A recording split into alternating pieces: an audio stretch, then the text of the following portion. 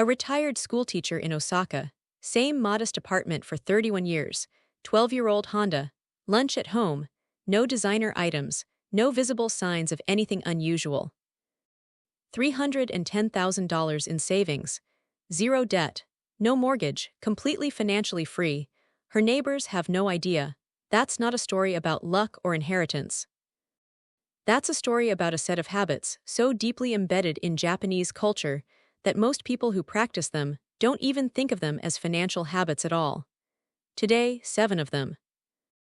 And by the end of this video, you'll understand exactly why the quietest people in the room are so often the wealthiest ones in it. There is a neighborhood in Osaka where a retired schoolteacher named Keiko has lived in the same modest 2-bedroom apartment for 31 years. She drives a 12-year-old Honda that she bought used. She eats lunch at home most days, shops at the same market she's shopped at since her children were small, and has never owned a designer item in her life. Her neighbors, who have known her for decades, would describe her as comfortable but unremarkable. Ordinary, quiet, Keiko has 47 million yen in liquid savings and investments. At current exchange rates, that is approximately $310,000. She has no debt. She owns her apartment outright.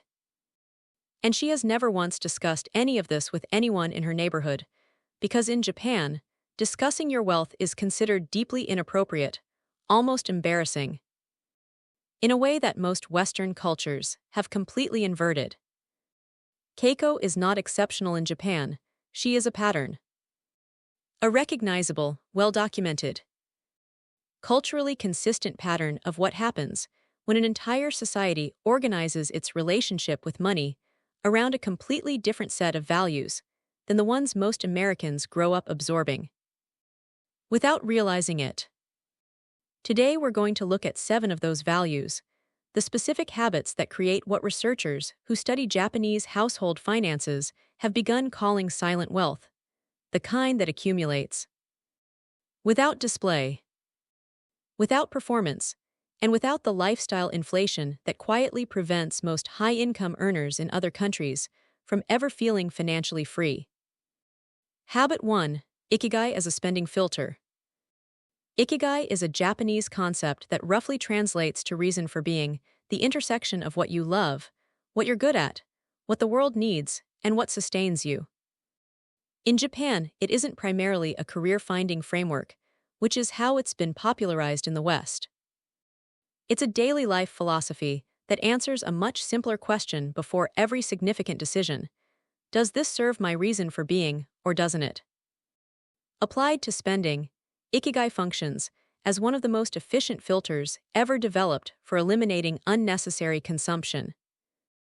When you have a clear, internalized sense of what your life is actually for, purchases that don't connect to that purpose start to feel not just unnecessary, but actively irrelevant.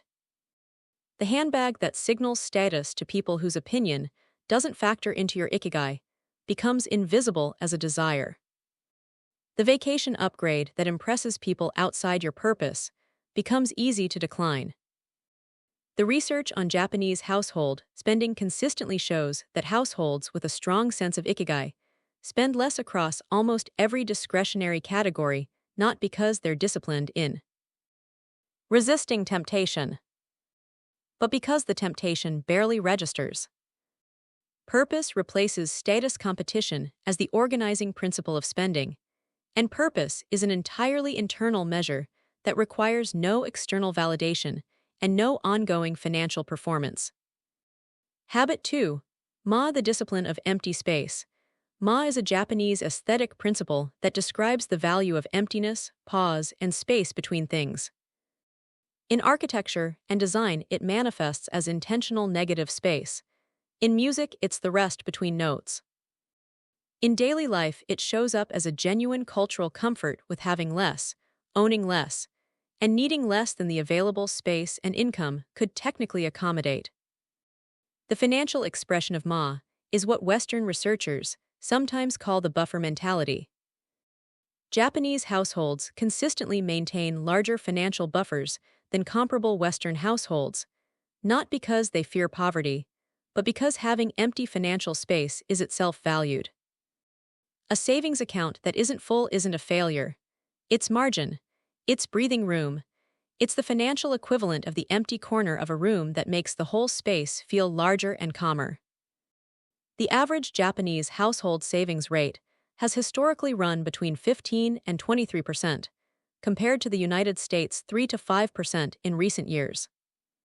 The difference isn't income, it's the cultural relationship with fullness. Americans tend to fill available financial space with consumption.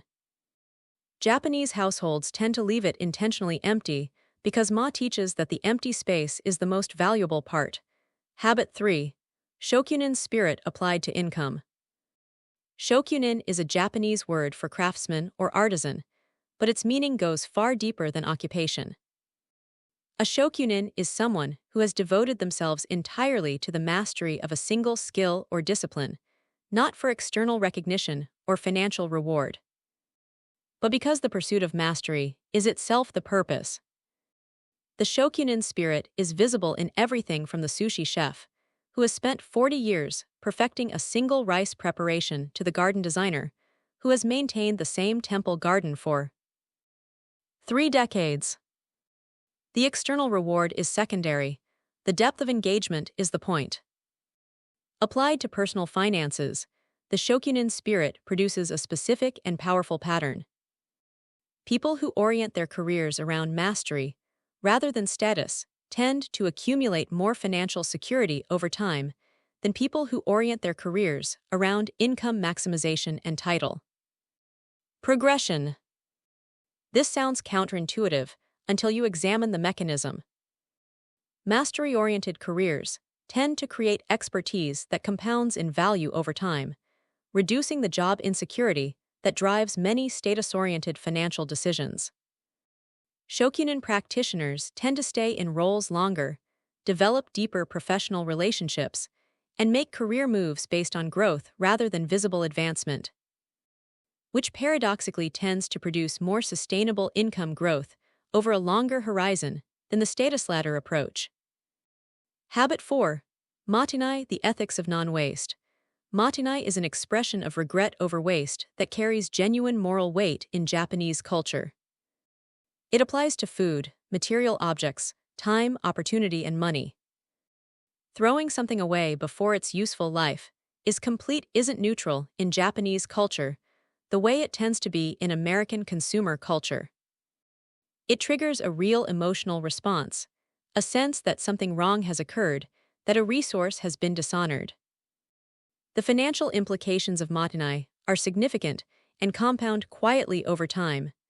Japanese households waste approximately 12% of the food they purchase. American households waste closer to 30 to 40%. At the average household grocery spending level, this difference alone represents between $1,500 and $2,500 per year. Applied across all spending categories, the matinai orientation toward extracting full value from everything owned and purchased before replacing or discarding, it creates a persistent annual savings differential that, invested consistently, produces a meaningfully different financial outcome over 20 or 30 years. The philosophy isn't frugality as deprivation. It's respect for resources as an ethical stance, which is a fundamentally different psychological orientation that doesn't require willpower to sustain. Habit 5. Nemawashi, the slow decision. Nemawashi is a Japanese business and social practice of building consensus slowly, circling around a decision carefully, gathering input and reflection before committing. Literally, it means going around the roots, the gardening practice of carefully loosening the earth around a plant's roots before transplanting it, to avoid shocking the plant. In Japanese culture, this deliberate, unhurried approach to significant decisions is not seen as inefficient. It's seen as respectful of the decision's importance. Applied to major purchases and financial decisions, nemawashi produces a specific behavioral pattern that researchers have found to be one of the most reliably wealth-protective habits across cultures: the deliberate waiting period. Japanese consumers famously research large purchases for extended periods, weeks, sometimes months, before committing. This isn't indecision.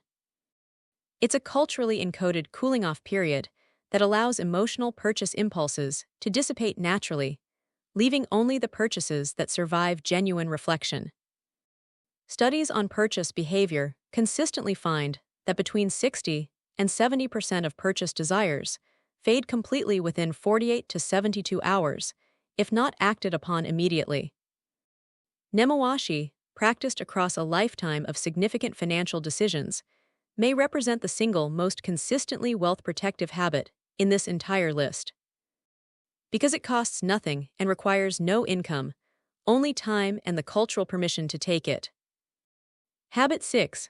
Haji, the social cost of visible excess. Haji is a concept of shame or social embarrassment in Japanese culture, and one of its most financially significant applications is the social cost attached to visible excess. Displaying wealth ostentatiously in Japan, driving an extremely expensive car in a modest neighborhood, wearing conspicuous luxury brands, renovating a home far beyond its neighbors, carries a genuine social cost. It is seen as tasteless, immature, and socially disruptive in a way that actively works against the individuals standing in their community. The social reward system in Japanese culture runs almost exactly opposite to the one in American culture on this dimension. In America, visible wealth tends to attract admiration. In Japan, it tends to attract quiet disapproval. The financial implications of this cultural inversion are profound. Status spending, which drives an enormous proportion of consumer spending in Western economies, is actively socially discouraged in Japan. The primary engine of lifestyle inflation in American personal finance, the desire to signal income and success through visible consumption, is essentially hobbled by a cultural value system that makes the signal read as a negative rather than a positive. When there is no social reward for visible spending, the psychological incentive to spend visibly collapses, and with it, the most expensive and most financially damaging category of consumer behavior. Habit 7. Chokin, save first, always. Chokin means savings in Japanese, but it represents something more than a financial category. It is a behavioral default. A sequencing habit embedded so deeply in Japanese financial culture that most Japanese households experience saving not as a choice they make each month, but as the automatic first action that occurs when income arrives, before spending begins in any other category. The phrase save what's left after spending doesn't translate meaningfully into the Chokin framework, because in the Chokin framework there is no leftover category. Saving is the first obligation. Spending happens with what remains. This sequencing shift, saving before spending rather than after, has been documented as one of the most powerful single changes any household can make to its financial trajectory, regardless of income level. The reason is structural rather than motivational. When savings happen first, spending naturally adjusts to the remaining amount. When spending happens first, savings receive what survives, which in most households is very close to nothing. The average American savings rate suggests that the spend-first sequence produces a 3 to 5% savings rate across most income levels. The Chokin sequence, automated and non-negotiable, consistently produces 15 to 20% savings rates among Japanese households, creating a financial trajectory difference that, compounded over a 30-year working life, represents the difference between financial freedom and financial anxiety in retirement. Closing, Keiko, the schoolteacher in Osaka, never had a financial plan in the Western sense of detailed spreadsheets and retirement projections.